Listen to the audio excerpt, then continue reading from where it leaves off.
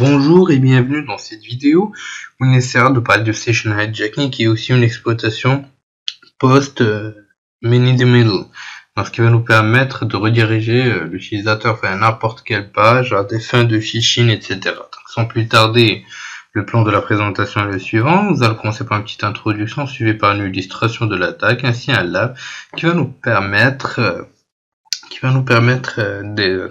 d'effectuer ce Session Hijacking.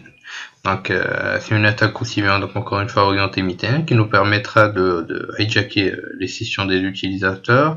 Donc en gros c'est des paquets qui transitent vers le hacker, donc on va essayer de gérer cette transition et modifier ces paquets afin de pouvoir effectuer un DNS hijacking over LAN. Donc c'est donc aussi communément appelé DHOW.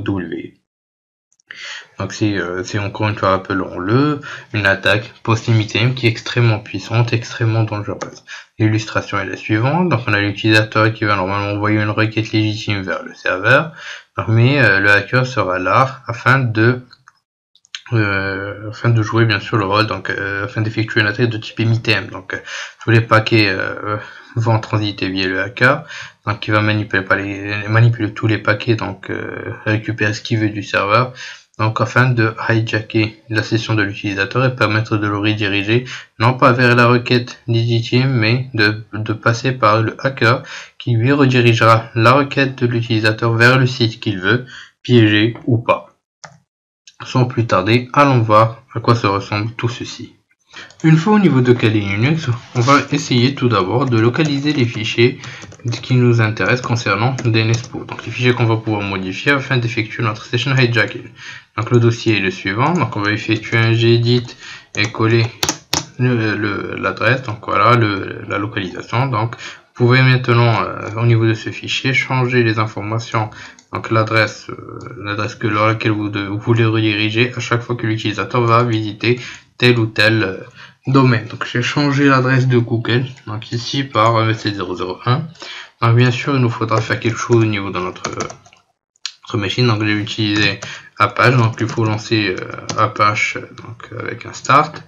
Donc ensuite l'utilisation de DNSPoof est vraiment très simple. Donc il suffit de taper DNSPoof-i et notre interface est MITM bridge, et voilà, vous avez pu effectuer votre redirection avec succès. Donc à chaque fois que l'utilisateur essaiera de passer d'utiliser le réseau, il sera automatiquement redirigé vers notre adresse locale. Donc cette adresse, rappelons le but, c'est d'effectuer au niveau de ce fichier, donc le fichier d'Apache. Donc vous pouvez modifier, normalement c'est au niveau du fichier var www, donc vous pouvez modifier quand vous voulez, mixer les attaques.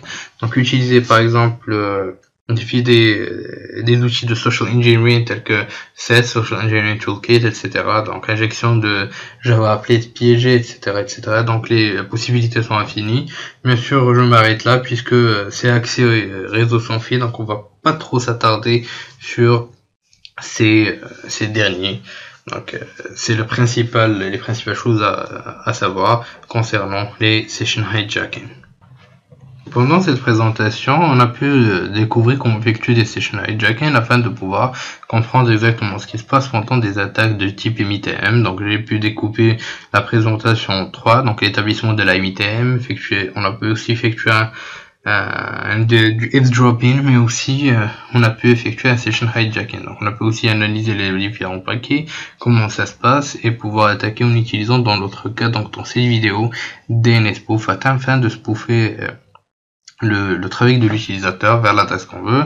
Donc bien sûr après avoir bien compris grâce à des illustrations. Je vous dis merci de votre suivi, à la prochaine vidéo sur Alpha.